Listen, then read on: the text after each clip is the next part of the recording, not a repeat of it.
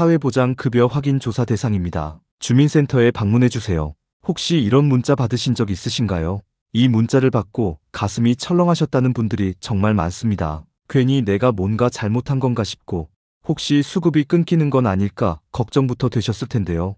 요즘 실제로 기초생활수급자분들 그리고 기초연금이나 차상위 계층 받으시는 분들 사이에서 퇴직금이 잠깐 통장에 들어왔다가 나간 것도 확인된다고 하고 자녀가 생활비 보내준 것도 조사 대상이라고 하고 보험금 한 번 받은 것도 탈락 사유가 된다고 하니까 잠도 제대로 못 주무시는 분들이 많으십니다. 진짜 이게 다 사실일까요? 나는 그냥 병원비 때문에 돈이 들어왔던 건데 그게 왜 문제가 되는 건지 오늘 내일정보TV에서 2025년 현재 진행 중인 사회보장급여 정기 확인 조사에 대해 하나부터 10까지 전부 알려드리겠습니다. 지금부터 말씀드리는 내용을 잘 들으시면 혹시라도 수급 탈락을 막는 방법, 그리고 정말로 끊겼을 때 다시 신청할 수 있는 방법까지 한눈에 이해하실 수 있을 겁니다.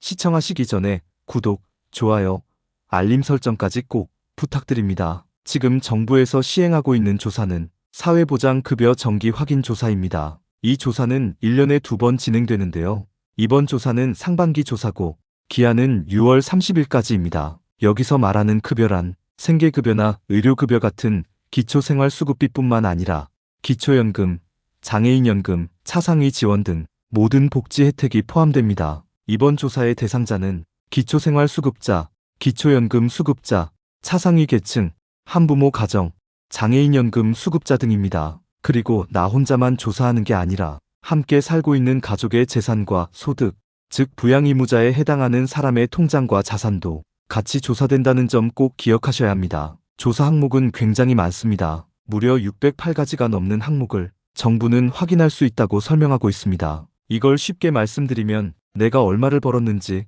어디서 돈이 들어왔는지, 차가 있는지, 집이 있는지, 보험이나 주식은 있는지 이런 걸 전부 다 확인할 수 있다는 뜻입니다. 특히 문제되는 게 통장 입금 내역입니다. 이게 요즘 가장 많이 궁금해하시는 부분입니다. 일시적으로 들어온 퇴직금, 자녀가 대신 넣어준 돈, 보험금이나 적금 해지한 금액 이런 게 조사되면 어떻게 되는지 사례를 통해 알려드릴게요. 최영수님은 자녀가 집세 대신 낸다고 부모님 통장에 50만 원을 보내주셨다고 합니다. 그 돈으로 바로 집주인에게 월세를 보냈지만 통장에 입금된 내역이 확인되면서 그 금액이 소득으로 간주돼서 수급비가 중단될 수 있다는 안내를 받으셨습니다. 이 경우에 대응을 잘하면 괜찮습니다. 그 50만 원이 자녀가 보낸 돈이라는 점, 그리고 그 돈이 월세로 지출되었다는 점을 통장 이체 내역과 월세 영수증으로 보여주면 충분히 설명이 됩니다. 박남수님은 아들이 보낸 돈으로 병원비를 냈는데 수급 탈락 통보를 받으셨습니다. 이유는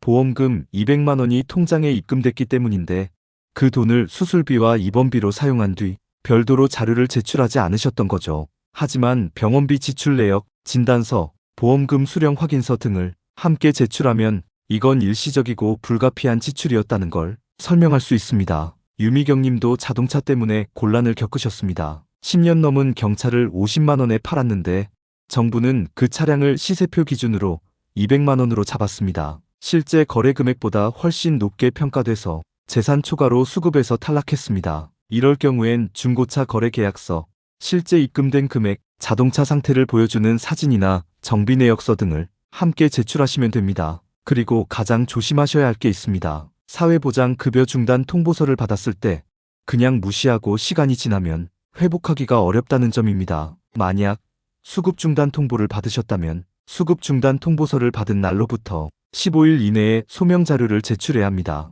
15일이 지나면 아무리 억울해도 다시 구제받기가 힘들어질 수 있습니다. 소명 자료라는 건 말 그대로 내가 왜 이 돈을 받았는지, 그 돈을 어디에 썼는지 증명할 수 있는 자료를 말합니다. 통장에 찍힌 돈이 병원비였다면 병원 영수증, 교육비였다면 학교 납입증명서, 장례비였다면 장례식장 지출 내역, 보험금을 받았다면 보험금 수령 확인서와 함께 그 돈이 어떻게 사용되었는지를 적은 소명서가 필요합니다. 부동산이나 자동차가 문제될 경우엔 해당 자산이 실제로는 거래되지 않았거나 가치가 낮다는 점을 문서로 설명할 수 있어야 합니다. 김재봉님은 사업자 등록증을 누군가에게 잠시 빌려줬던 경우였습니다. 지인의 부탁으로 잠깐 명의를 빌려줬는데 그 명의로 사업소득이 잡히면서 본인은 실제 영업을 하지 않았는데도 수급 대상에서 제외되었습니다. 이런 경우에는 실제 사업 운영이 없었고 매출도 없었다는 점을 정확하게 소명해야 합니다. 요즘은 주민센터 복지 담당자분들이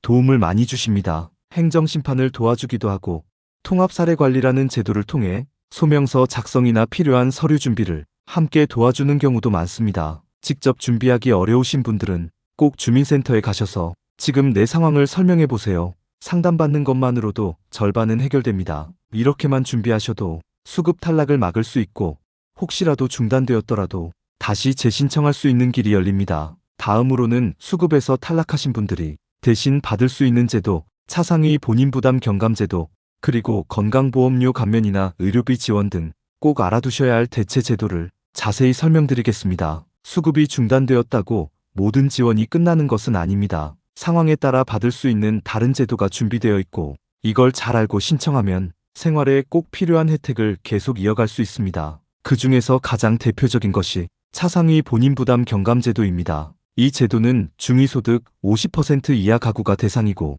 기초생활수급자는 아니지만 생활이 어려운 저소득층이라면 신청할 수 있습니다. 제도를 신청하면 어떤 도움이 있을까요? 가장 먼저 체감되는 건 건강보험료입니다. 지역가입자든 직장가입자든 조건만 맞으면 보험료가 대폭 줄어듭니다. 보통 30%에서 많게는 50%까지 감면이 됩니다. 예를 들어 건강보험료가 월 10만 원 나오던 분이 차상위 경감 적용을 받으면 5만 원대로 줄어들 수 있습니다. 이건 가정경제에 직접적으로 도움이 됩니다. 그리고 병원비 부담도 크게 줄어듭니다. 병원에서 진료를 받을 때마다 진료비 본인 부담금이 발생하는데 이 비율도 낮춰집니다. 진찰료는 물론이고 검사비나 치료비도 상당 부분 감면을 받을 수 있습니다. 만성질환을 앓고 있거나 병원 진료가 자주 필요한 어르신들께는 정말 꼭 필요한 제도입니다. 그뿐만이 아닙니다. 차상위 대상이 되면 통신요금과 TV 수신료도 감면을 받을 수 있습니다. 통신사 고객센터에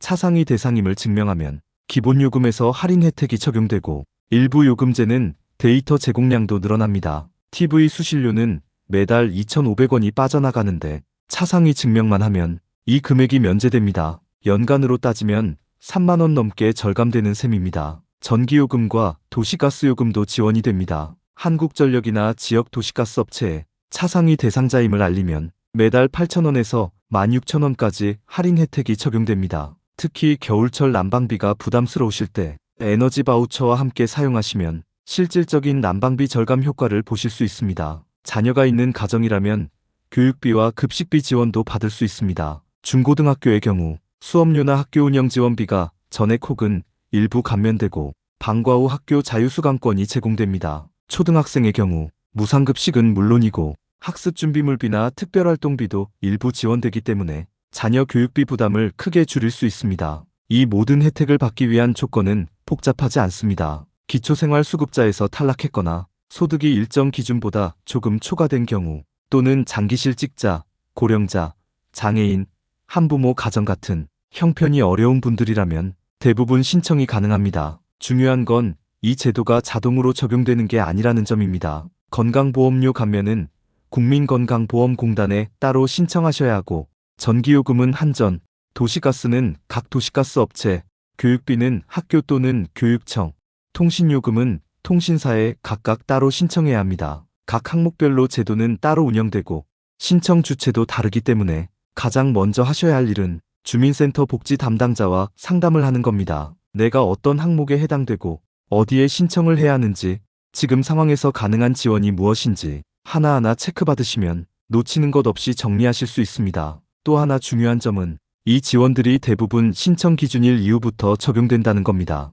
지금 상황이 힘든데 나중에 신청하겠다 생각하시면 그 전의 기간은 혜택을 못 받을 수 있습니다. 꼭 오늘부터 준비하시는 게 좋습니다. 그리고 잊지 마셔야 할 게 있습니다. 복지제도는 한번 떨어졌다고 끝나는 게 아닙니다. 기준은 해마다 조금씩 바뀌고 내 형편도 달라질 수 있기 때문에 지금 안 된다고 해서 내년에도 안 된다는 보장은 없습니다. 올해는 재산 기준을 조금 넘겨서 탈락했다 하더라도 내년에 자동차를 처분하거나 보험을 해지했거나 예금이 줄어든 경우라면 충분히 다시 자격을 얻을 수 있습니다. 반대로 올해는 무사히 통과하셨더라도 내년에 우연히 입금된 돈 하나로 조사에 걸려 탈락할 수 있습니다. 그렇기 때문에 지금부터 준비하시는 게 중요합니다. 통장에 입금되는 돈은 항상 목적을 기록해 두시고 누가 보냈는지, 왜 받았는지, 그 돈을 어디에 썼는지를 항상 메모나 증빙으로 정리해 두시는 게 좋습니다. 보험처럼 금액 변동이 큰 자산은 정기적으로 전문가 상담을 받아서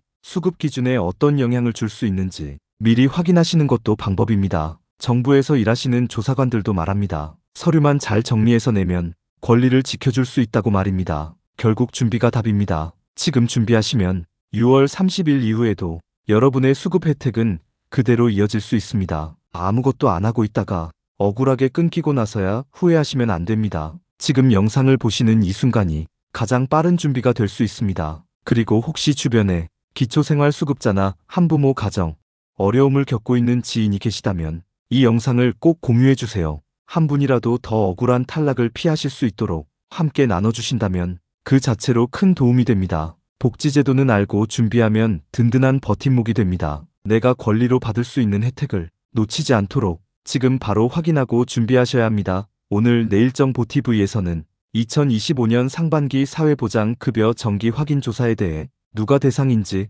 어떻게 조사되는지, 수급 탈락을 막기 위한 방법과 대체 지원 제도까지 자세히 설명드렸습니다. 복지란 제도가 있는 이유는 누구나 어려울 때 기댈 수 있도록 하기 위해서입니다. 여러분의 권리는 누가 챙겨주지 않습니다. 직접 챙기셔야 지켜낼 수 있습니다. 끝까지 함께 해주셔서 감사합니다. 내일정보TV였습니다.